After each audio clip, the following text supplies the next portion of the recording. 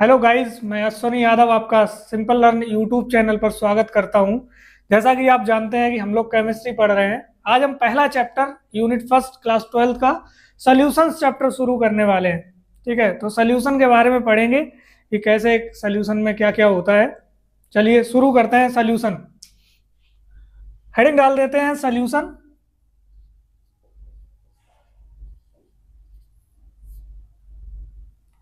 ठीक है, सॉल्यूशन की डेफिनेशन क्या हो जाएगी? द homogeneous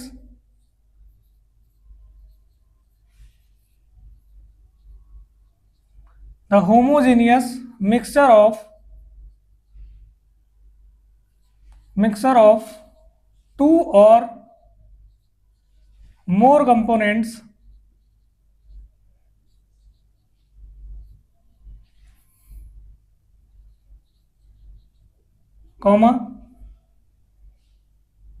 components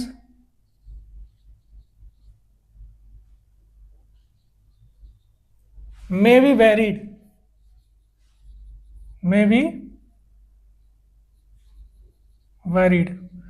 क्या है मतलब कि the homogeneous mixture of two और more component is called solution होता है। ठीक है, तो यहाँ पे हमें क्या समझना, होमोजीनियस मिक्सचर। होमोजीनियस क्या होता है? एक जैसे मिक्सचर होने चाहिए, यानी कि एक जैसे ही कंपोनेंट होने चाहिए। अब यहाँ पे दो या दो से अधिक कंपोनेंट होने चाहिए। अगर मेरे पास कोई एक चीज है केवल, जैसे तुमने शुगर ले लिया, तो वो क्या हो जाएगा? Single component. तो वो एक या तो सॉल्यूट होगा या सॉल्वेंट होगा। ठीक है, अगर हम यहीं पे बात करेंगे कि हम ले लेते हैं यहाँ पे शुगर और वाटर ले लेते हैं और उसको मिक्स कर देते हैं, तो हमारा ये क्या बन के तैयार हो जाएगा? एक सोल्यूशन बन के तैयार हो जाएगा। ठीक है, तो अगर हमें कोई भी सोल्यूशन चाहिए तो मिनिमम उसमें दो कंपोनेंट्स होने चाहिए और मैक्सिमम तुम मिला सकते हो दो तीन चार करके, इस तरह से। तो सबसे पहले हम बात करेंगे, एक होमोजीनियस मिक्सचर होता है और एक होता है हेट्रोजीनियस मिक्सचर। ये यहाँ पे दिखाई दे रहा होगा। होमोजीनियस मिक्सचर अगर है तो सोल्यूशन बन जाता है, हेट्रोजीनियस मिक्सचर भी है उसको भी सोल्यूशन बोलते हैं। लेकिन होमोजेनियस क्या होता है? होमोजेनियस में जो भी कंपोनेंट्स होंगे वो पूरी तरह से डिसॉल्व हो जाएंगे। होमोजेनियस में क्या होगा? होमोजेनियस मिक्सचर क्या होगा? कंपोनेंट्स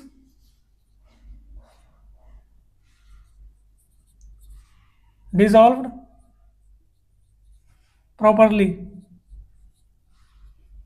मतलब ऐसा हो जाएगा कि अगर हमने वाटर एग्जांपल यहां पे ले लेते हैं, शुगर इन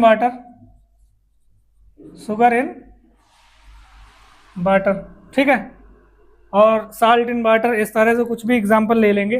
ठीक, अब एक होता है हेट्रोजीनियस। हेट्रोजीनियस क्या होगा?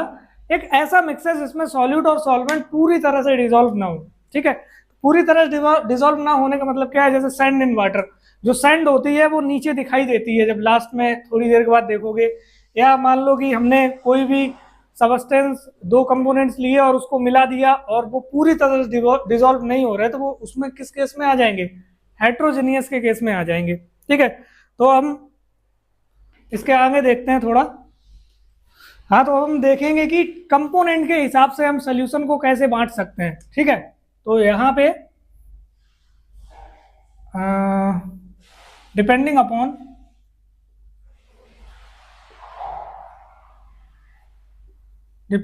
अपॉन कंपोनेंट्स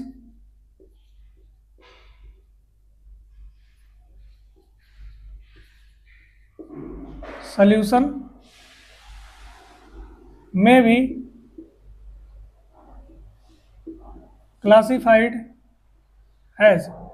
कंपोनेंट के हिसाब से हम सॉल्यूशन को कैसे बांट सकते हैं? जैसे पहला ही हमारा हो जाएगा बाइनरी सॉल्यूशन।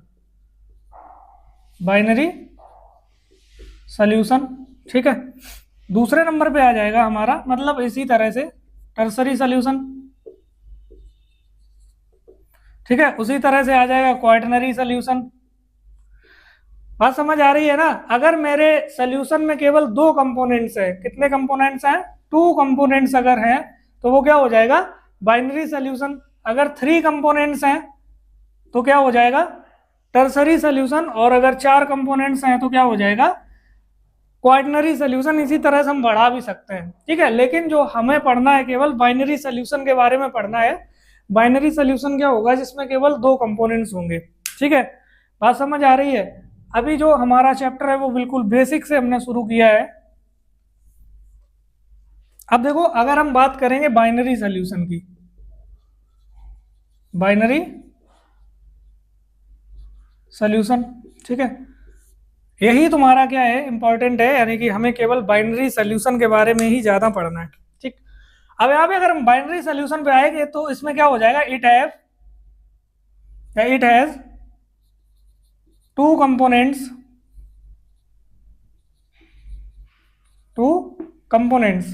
ठीक है।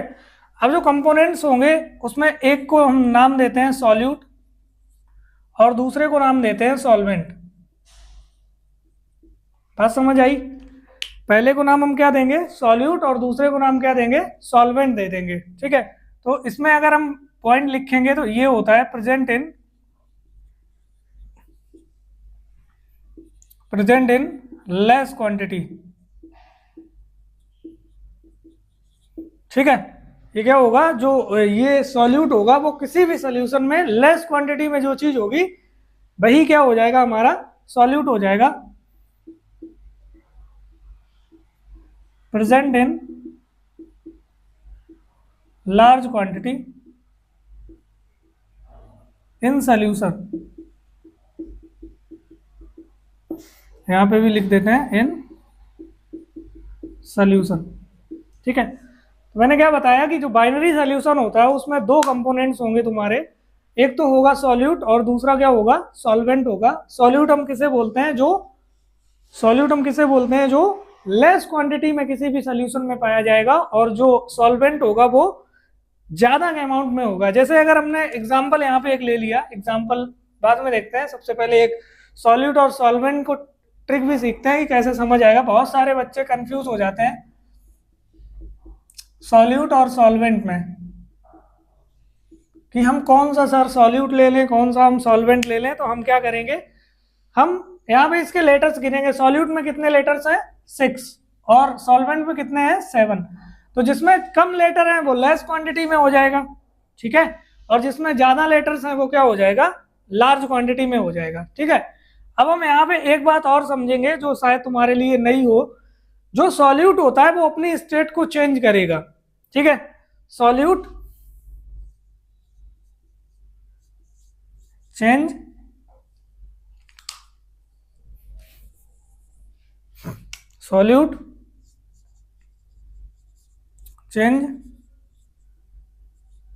इट्स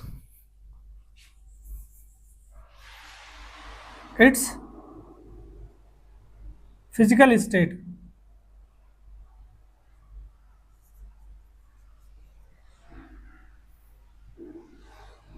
और यहां पे हम क्या पॉइंट लिखेंगे, बहुत इंपॉर्टेंट पॉइंट रहेगा सॉल्वेंट के लिए,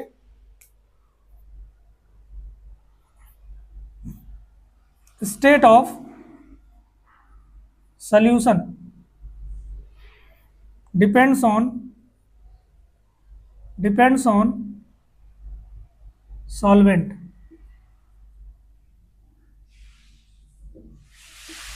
क्या बताया मैंने, जो सॉल्यूट होता है वो लेस क्वांटिटी में होता है, और जो सॉल्वेंट होगा तुम्हारा वो किसमें होगा, लार्ज क्वांटिटी में होगा। और सेकंड पॉइंट मैंने बहुत इंपॉर्टेंट बताया, जो सॉल्यूट होगा वो अपनी स्टेट को चेंज करेगा। जैसे मान लो सॉलिड है तो मे भी लिक्विड में बदल जाए या गैस में बदल जाए, ठीक है। लेकिन जो सॉल्वेंट होगा, जिस तरीके का हम सॉल्वेंट लेंगे उसी तरीके का हमें सोल्यूशन भी दिखाई देगा। अगर मैंने सॉल्वेंट कैसा लिया, लिक्विड लिया, तो वो भी लिक्विड दिखाई देगा फाइनल प्रोडक्ट, और जो सॉल्वेंट अगर हमने सॉलिड लिया तो फाइनल प्रोडक्ट भी कैसा आएगा, सॉलिड ही जाएगा। जैसे हम एक एग्जांपल देख लेते हैं, यहाँ पे एग्जांपल इधर देख लेते हैं, शुगर इन वाटर का, शुगर इन वाटर, ठीक है।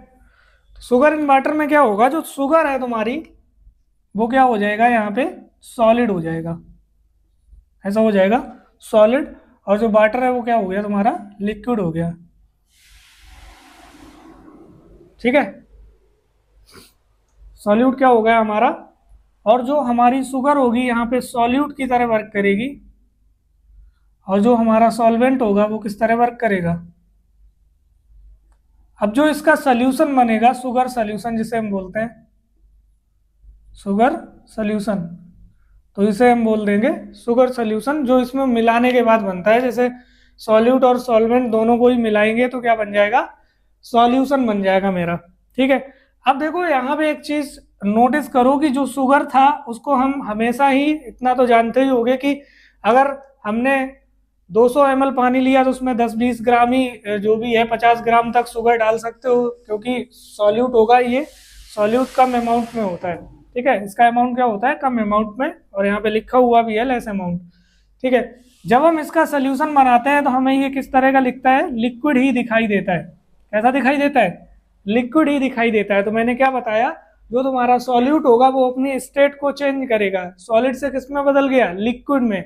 लेकिन जो तुम्हारा सॉल्वेंट था लिक्विड, और सोल्यूशन भी कैसा आ गया, लिक्विड। तो अब यहाँ पे हम बात को समझेंगे, जो स्टेट ऑफ सोल्यूशन होगी है वो किस पे डिपेंड करती है, सॉल्वेंट पे। जिस तरीके का हम सॉल्वेंट लेंगे मेरा जो फाइनल सोल्यूशन मिलेगा उसी तरीके का दिखाई देगा। अगर हमने सॉल्वेंट को सॉलिड लिया तो सॉलिड दिखाई देगा, लिक्विड लिया तो लिक्विड दिखाई देगा, और अगर गैस लिया तो जो हमारा सोल्यूशन होगा वो गैसियस दिखाई देगा। अभी हम इसको भी समझेंगे कि गैस सॉलिड की तरीके से दूसरे कंपोनेंट के हिसाब से। ठीक है, अभी फिलहाल आप लोग इतना नोट करिए, फिर आगे बढ़ते हैं। गाइस अभी हमने जो कंपोनेंट के हिसाब से सोल्यूशन को बांटा था, जैसे बाइनरी सोल्यूशन हो गया, टर्सरी हो गया, क्वार्टनरी हो गया जिसमें 2 कंपोनेंट है, बाइनरी जिसमें 3 कंपोनेंट है, टर्सरी 4 है तो क्वार्टनरी। इस तरह से फिर हमने बाइनरी सोल्यूशन को बहुत अच्छी तरीके से समझा, सॉल्यूट सॉल्वेंट के बारे में समझा, किस तरह से क्या होता है, कौन स्टेट चेंज करता है कौन नहीं करता है। फिर अब हम दूसरे टाइप में आएंगे, type of solution depending upon physical state. जो हमारी स्टेट होती है या तो सॉलिड होगी, लिक्विड होगी या गैस होगी, नॉर्मली जो मैटर चल रहा है अभी फिलहाल। ठीक है, तो जो गैस हो सकते हैं या तो लिक्विड हो सकते हैं या सॉलिड हो सकते हैं। अभी मैंने तुम्हें क्या बताया था कि जो सॉल्वेंट होगा उसी तरीके का हमारा सॉल्यूशन भी दिखाई देगा। ठीक है, अब यहाँ पे अगर हम आ जाए, तीनों जगह मैंने क्या ले रखा है, गैस गैस गैस। सबसे पहले मैंने गैस में गैस को मिलाया। ठीक है, यहाँ पे जो सॉल्यूट भी था वो गैस था और जो सॉल्वेंट था वो भी गैस था, लेकिन जो हमारा सोल्यूशन बनेगा वो सॉल्वेंट के हिसाब से बनेगा, मतलब वो दिखेगा कैसा, गैस की तरह। तो गैस में गैस मिला दी, क्या बन गई, एक एयर बन गई। जैसे हमारी मान लो कि N2H2 मिला दिया, एयर बन गई। ठीक है, कुछ भी मिला सकते हैं, O2 में N2 मिला दिया तो एयर बन गई। फिर मैंने क्या किया, गैस सॉल्वेंट ले लिया और इसको सॉल्यूट के हिसाब से क्या ले लिया, लिक्विड ले लिया। तो गैस में मैंने जैसे ही लिक्विड को मिलाया, गैस में मैंने गैस में मैंने किसको मिला दिया, लिक्विड को मिला दिया, तो वाटर वेपर्स बन के तैयार हो गए इन गैस जैसे बुलबुले टाइप के जो देखे होंगे। ठीक है, अब यहाँ पे अगर हमने गैस में किसको मिला दिया, सॉलिड को मिला दिया, तो क्या बन जाएगी, या तो तुम्हारी डस्ट बन जाएगी या स्मोक पार्टिकल्स बन जाते हैं। ये सभी एयर की तरह दिखाई देते हैं, गैस की तरह। ठीक है, फिर हम बात करेंगे लिक्विड एज अ सॉल्वेंट और सॉल्यूट क्या रहेगा, गैस रहेगा। लिक्विड में मैंने गैस को मिलाया तो CO2 डिजोल्व्ड इन वाटर। ये बहुत अच्छा एग्जाम्पल किसका, कोक का एग्जाम्पल जानते होंगे। कोक कोल्ड ड्रिंक जो होता है उसको शुगर सोल्यूशन यही होता है। जो तुम्हारा कोल्ड ड्रिंक होगा वो क्या होता है, एक शुगर सोल्यूशन होता है। पानी में ना जो चीनी मिला तो बन गया शुगर सोल्यूशन, लेकिन अब उसमें फिर केमिकल्स डाले जाते हैं थोड़े बहुत, और उसमें क्या डाली जाती है, CO2 गैस, जो हम लोग रिस्पायरेशन के दौरान छोड़ते हैं वही इसमें डाली जाती है और पीते हैं, उसको एंजॉय करते हैं। ठीक है, लेकिन उसमें किसका, प्रेशर के साथ उसको CO2 को डाला जाता है, लिक्विड में किसको डाला जाता है, गैस को। तो ये क्या बन जाता है, कोक बन जाता है, उसी को कार्बोनेटेड वाटर भी बोलते हैं। तो यहाँ पे हमने क्या लिया था, जो सॉल्वेंट लिया था वो लिक्विड लिया था, और जो सॉल्यूट लिया था वो गैस। तो हमारा बना लिक्विड की ही तरह दिखेगा। ये कैसा दिखेगा, जो कोल्ड ड्रिंक पीते हो वो कैसी होती है, लिक्विड की तरीके से। फिर यहाँ पे आ जाओ, लिक्विड लिक्विड को मिला दो, तो जैसे अल्कोहल को हमने वाटर में डाल दिया तो वो भी लिक्विड ही दिखाई देगा। सॉलिड को लिक्विड में डालोगे तो भी क्या बनेगा, सुक्रोज, जैसे मैंने शुगर डाल दिया, सॉल्ट डाल दिया वाटर में, तो भी लिक्विड ही दिखाई देता है। आ जाओ, सॉलिड में गैस को मिला दिया, जैसे सोल्यूशन ऑफ H2NPD। ठीक है, सॉलिड में हमने लिक्विड को डाल दिया तो अमलगम बन जाता है NaHG का। ठीक है, सॉलिड में सॉलिड मिला दो तो अलॉय बनते हैं। जैसे हम लोग आर्टिफिशियल ज्वेलरी वगैरह बनाते हैं, गोल्ड में कुछ थोड़ा सा मिला दिया, मिलावट से कोई जैसे बुलेट्स बनाई जाती हैं, ये सब किसके एग्जाम्पल हैं, सॉलिड के। ठीक है, तो यहाँ पे ये बहुत इंपॉर्टेंट टेबल है। 1 नंबर का क्वेश्चन यहाँ से पूछ देता है कि अच्छा ऐसा बताओ कि जो स्मोक पार्टिकल्स हैं वो किसके किसके मिलके बने होते हैं, तो बताओ कि गैस जो यहाँ पे सॉल्वेंट होता है और जो सॉलिड होता है वो क्या होता है, सॉल्यूट होता है। या पूछ देगा कि मतलब सॉलिड में गैस को मिला दिया तो क्या बनेगा। तो इस तरह से इसके एक एक एग्जाम्पल और सारी चीजें याद रखनी है। That's enough for today, thank you.